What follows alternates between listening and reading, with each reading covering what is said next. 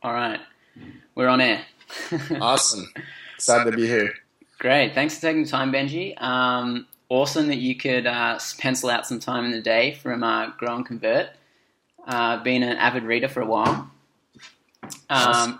Just wanted to go through a few questions with you today about content marketing. Cool. Fire away.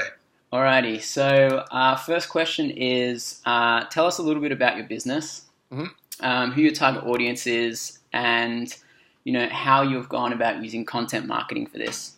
Okay, cool. So the business is GrownConvert. So it started November of last year, 2015. It actually started while I was still working full time for another company. I was running marketing for a startup in San Francisco. Came across super randomly, actually. I met my partner, Davish, at a marketing dinner held in San Francisco run by Sujan Patel. And a big topic of conversation was, can content marketing drive leads for real companies that have high-priced products or services?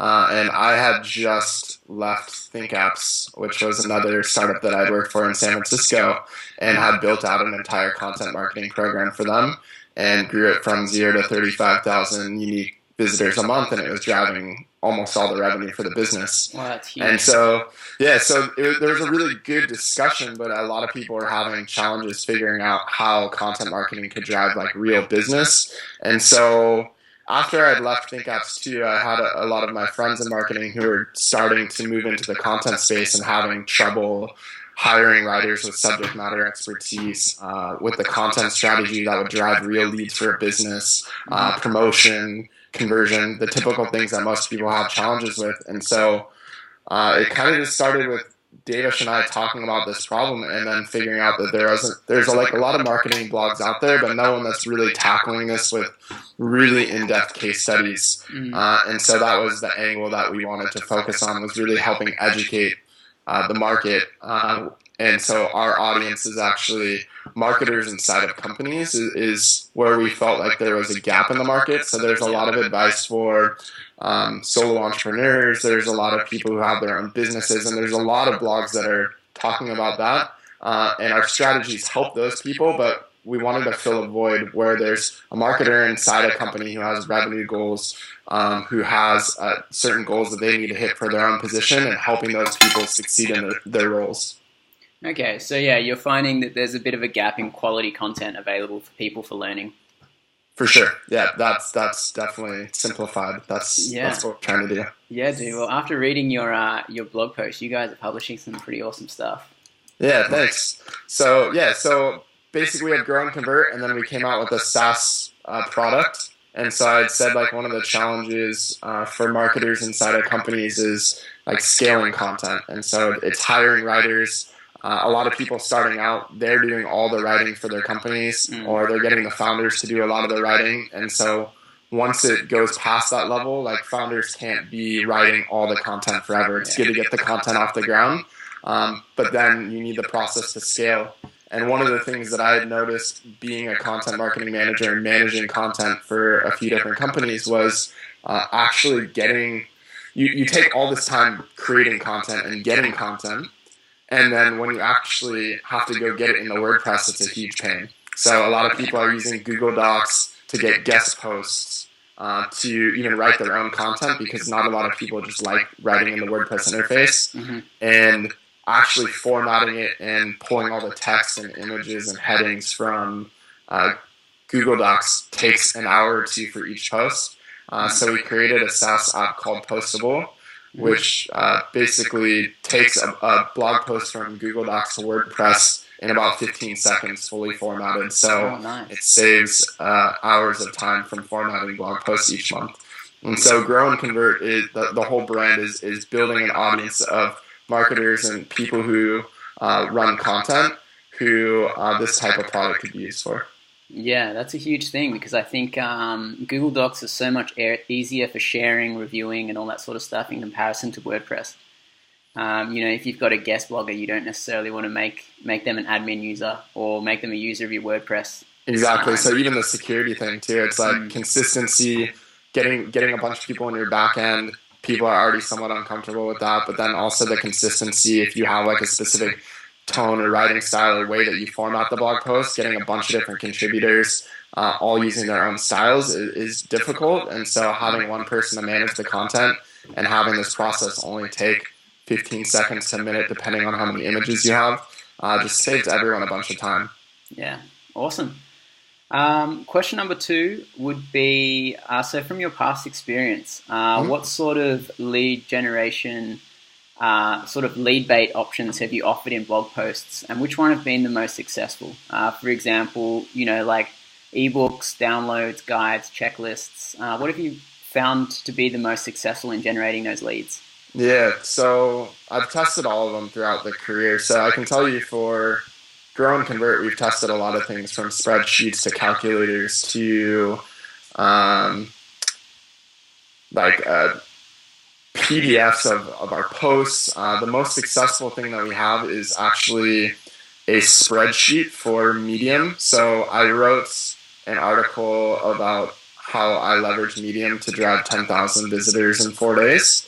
Okay. And a big part of the process in the post was using Medium publications. So these Medium publications have their own audience and basically their own email newsletter list. And so just like any blog, going after a blog with a large audience, going after a Medium publication with a large audience will help you get visibility.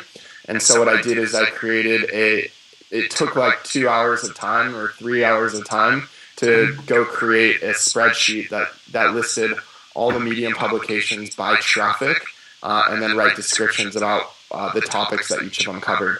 And so the benefit to the end user was, if you were going to follow my process for getting traction on Medium, this was a big piece of it, was finding the right publication for your content and pitching it to them. And so this made it really simple for them. And I think we have something like it's between 8 and 12% conversion rate from visitor to person converting for that content upgrade. So, and that's really good for a blog post. Yeah, really high compared to anything else. I think the average for our other stuff is somewhere 3 or 4%. Yeah. So it's pretty much double, if not triple. And it depends on the source too that the traffic comes from. When someone's finding it through SEO, we're seeing double the conversion rate from any other channel. Yeah, so it's definitely worth putting in the time to make a really valuable content upgrade.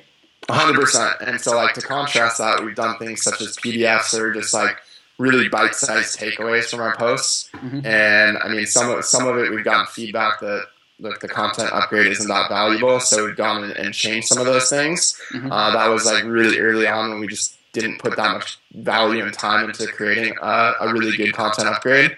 But now we've really started to put as much time into the content upgrade almost as we do the post, like creating calculators or models for blogs, all this different stuff. Basically, anything on top of the strategy that we outline in our posts that we think would be helpful for someone to actually implement for their company. Yeah, because we've actually had a bit of success, obviously creating guides, checklists, and things in Google Docs and using that link as the content upgrade, so people can do what they want, add it to that drive, download it. Yep. But it also gives us the flexibility to change it at any point if we need to. 100%. So that also helps.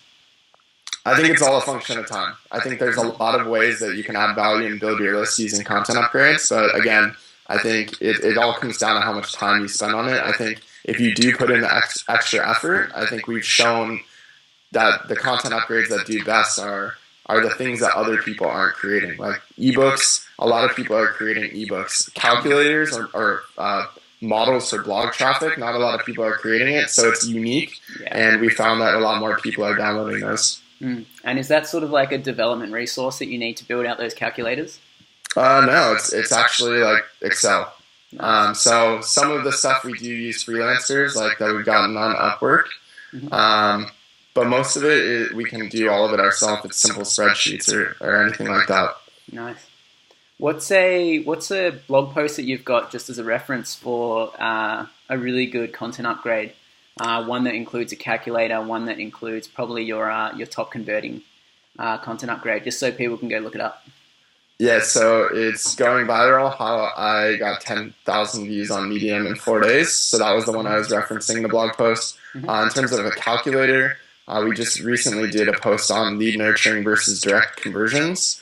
And so it was to help people figure out, is it better to offer a content upgrade, or is it better to actually go for a direct lead on your blog? So some businesses, it's better to grow an email list, and others it's better to go directly to a sales call.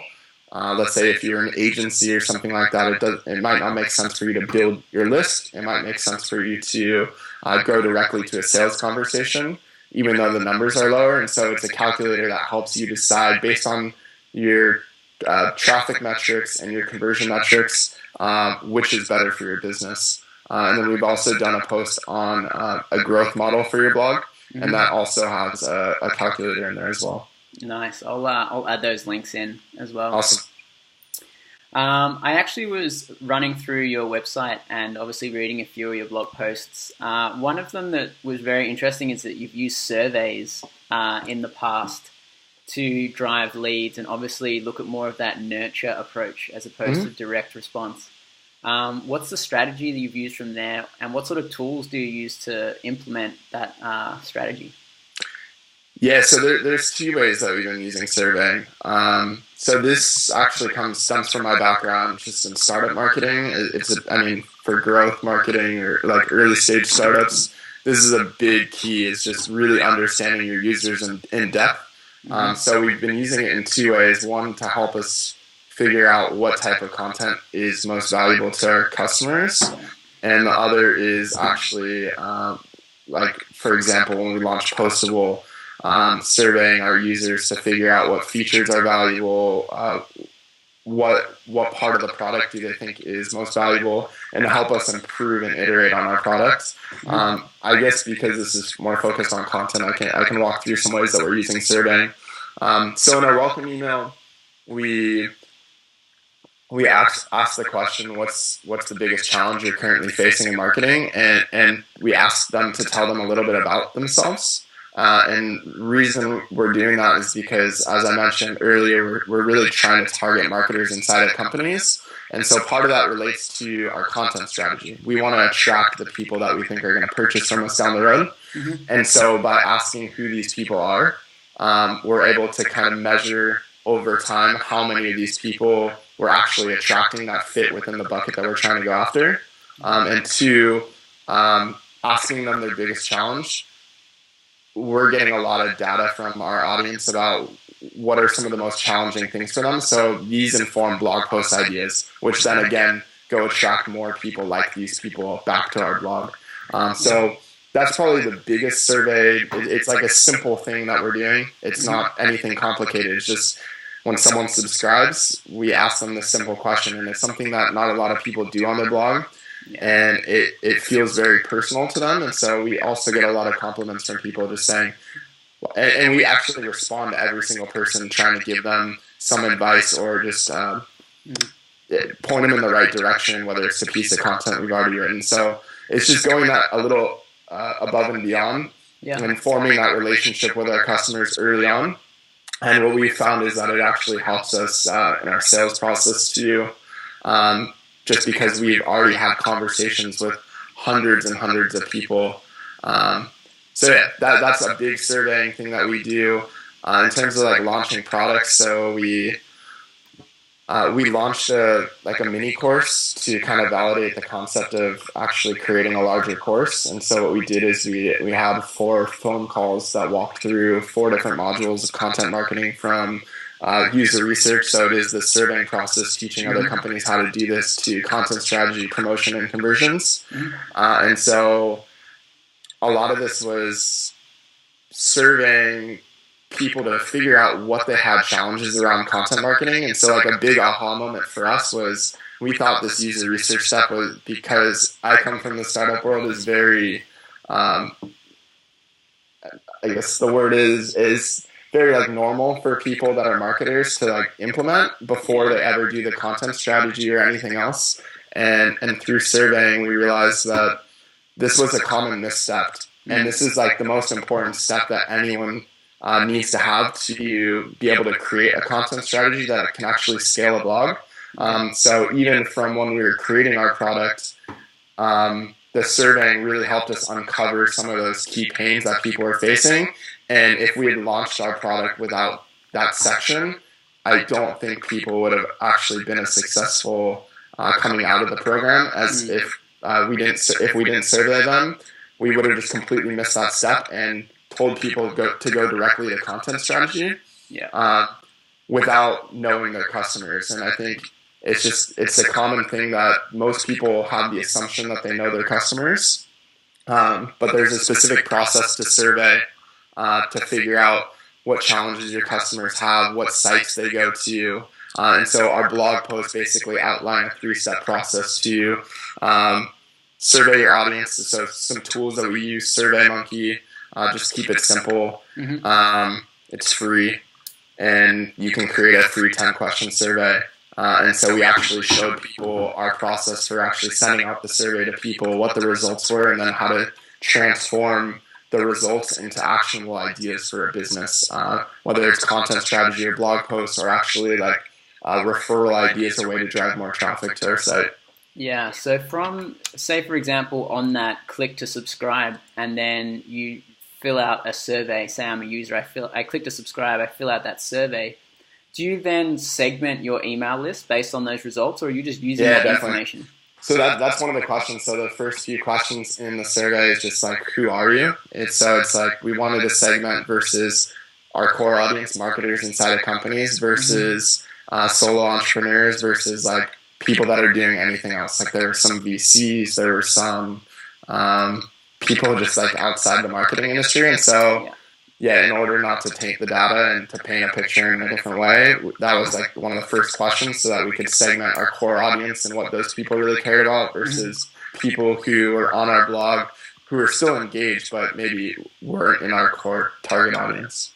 Okay, and so from that SurveyMonkey sort of interval, how does that import into your ESP, email service provider, or are you manually doing that? Yeah, we're manually doing that. So you can actually export to Excel, and so we're just kind of managing the data like that. But yeah, it doesn't go directly in our email service provider.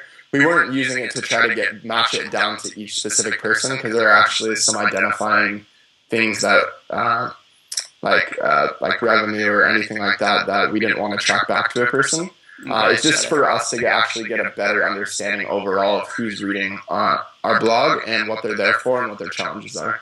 Yeah, well, it's a huge step that a lot of people miss, I think, just because it does seem daunting trying to set that up. But once you just sort of get in there and get your hands dirty, it's probably worth it in the long run, as you're as you're showing us. Yep. I'll move on to the next question. You obviously rely on a lot of SEO coming in the content marketing space.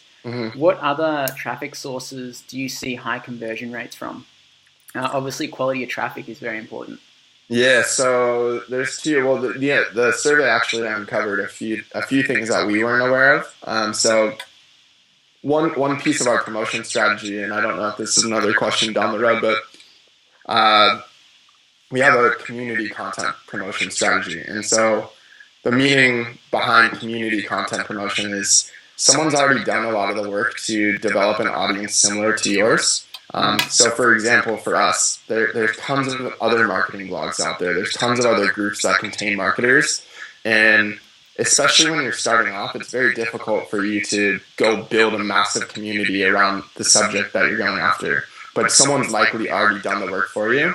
And so the content promotion strategy that we follow is doing the research around what other groups already exist, or what other websites already exist out there that have the same audience, and then thinking through how we can go form relationships with those people, write about those companies so that they would want to share it with their audience, or become active in these groups. And so some of the high traffic drivers for us has been being really involved with the growth hackers community, being really involved in inbound, for like writing blog posts, like for example, in that You Don't Know Your Customers, which was the first part of the series on user research, that actually all stemmed from a presentation that I saw about Heaton Shaw, or from Heaton Shaw 2 years ago in San Francisco.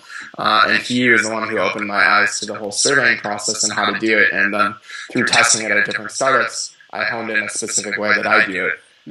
But a big piece to the success in that startup that I was in when I saw his presentation was surveying. And so in the story and in the case study, I mentioned him in his presentation. I actually included that, and I reached out to Heaton and said, hey, I wrote this blog post about surveying, and a lot of it came from your presentation. Here are some of the success metrics. And so he actually shared that in his newsletter, which blew up to like 4,000 plus people.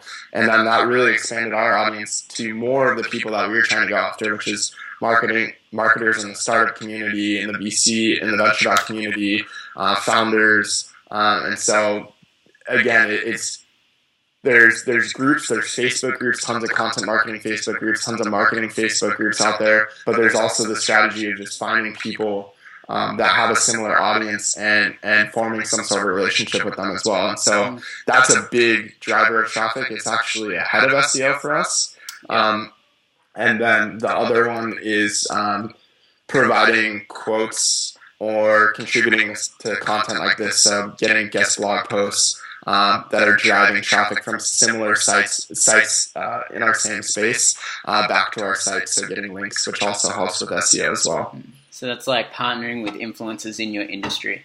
Correct. Yeah. So just a lot of marketing blogs will contribute a portion of the post with a link back to our site, and so it helps position us as an authority in the space, and it helps drive traffic. And so people have found us through a lot of the other marketing blogs out there, and that was actually something that was revealed in the survey that we weren't super aware of, just how much this was actually helping our growth. And even just the relationships of the people who are communicating back and forth with us, a lot of those people had come from other sites. Yeah. Okay, so it comes back to that quality thing. You know, if you've got more validation than just your own, it's definitely a lot more compelling and readable. Yep. I only got a few more questions, but this one's probably a big one. What's the sort of typical launch strategy after you finished creating your post, finished your content upgrade? You've obviously, as we've just discussed, blasted out to your sort of your groups that you're part of, usually marketing groups, as well as try and partner with influencers who you've sort of taken knowledge from or shared a quote from. Are there any other things that you sort of tend to do when you launch a new blog post? Yeah, so I would say I don't use any tools. So that's I think the myth that most people think is there's all these tools that can help you do this.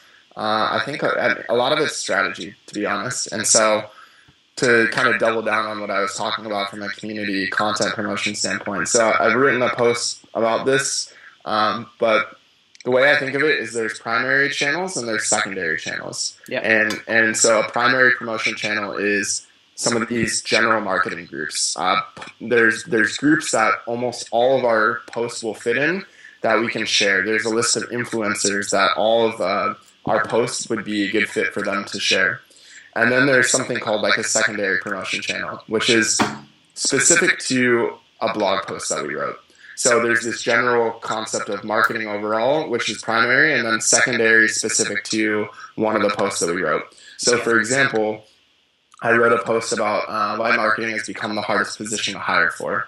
So again, it fits in that primary bucket of it's a post about marketing, but then the secondary category is actually hiring. And so if you think about the audience, it's a little bit different. So you have general marketers who are interested in this post, but then the secondary channel is recruiters. And so how does this even help us get in front of the audience that we're going after? Because maybe there's marketing recruiters who now see this post and it helps them make the point to their client that marketing is actually hard to hire for, so hire us. So recruiters might be interested in this post. So when it comes down to promoting it, I'm thinking, okay, let's find a bunch of recruiting groups or hiring groups. And so it's thinking about each specific post in this really specific framing.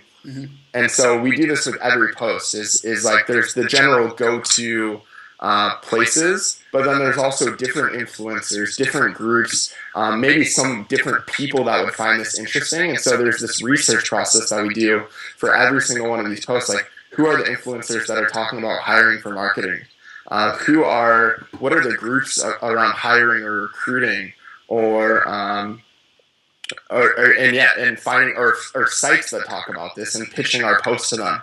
And so there's a whole separate checklist that we do for every single post, which is post in the key areas and then go find these other areas that are specific to the post and go after those and use some of the same strategies, but it expands our reach a lot and it brings a lot of other people who maybe typically wouldn't have come to our blog to read our content to our blog, and it expands our reach a lot.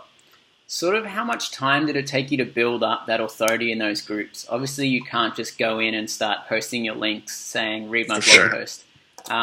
What sort of time frames do you think is sort of adequate enough before you can start sort of doing that a little bit more salesy approach? Yeah, it really depends on the group, but I think you bring up a good point. I think a lot of people just say, go join a group and go drop a link in there. And if you're doing that, it's not going to be easy for you because people are going to flag you. They're going to get upset. They're going to say, like, you're just here to promote your own content. And so there's a lot of time involved. It's really like being a genuine active member in the community, helping people when they have questions, and then also sharing your own content when you think it's valuable. Yeah. And it's not like, I mean, we were posting like really frequently before. Now we've kind of taken a little bit of a break to refocus on our content strategy. But when we were posting like 2 or 3 or 4 times a month, every single week is too much for these groups. And so you also have to think like, you can't post in all the same groups. You have to time it. So like maybe 1 post a month, and maybe you contribute in some other way in the meantime, and you go find other groups or other promotion channels. And then maybe you come back to the same post 2 months down the line and re-promote it. And so I don't think content promotion is ever dead. I think a lot of people put the focus on the first week or 2 and then kind of forget about it. But it's like an ongoing cycle where it's like you have to keep re-promoting these things and figuring out new channels. And so that'll continue to drive growth overall. But I think going back to your original question, I think the key thing is just being real. And I think being genuine contributors in this community is really what's going to help you be successful using this strategy. Yeah, for sure. And do you see more success using that groups approach, or when you're sort of like blasting out your new post on all of your internal channels, like, you know, Facebook, Twitter, if you create any sort of infographics for Pinterest or anything, do you see more traffic from your sort of current following or from those groups? I think it changes. I think it changes as a business. Just like when you're first starting a blog, like social channels, referral channels are probably going to be your biggest source of traffic. Over time, SEO starts taking over more and more. And the longer you're around, probably the more SEO contributes to your blog traffic. I think it's the same here. So the goal is in the beginning to use some of these different promotion strategies to continue to build your own email list and to build your brand recognition and to build your following. So like when we first started out, no one knew who GrownConvert is. Now the biggest organic traffic driver is branded search, which helps us a lot because it means that people are starting to recognize the brand.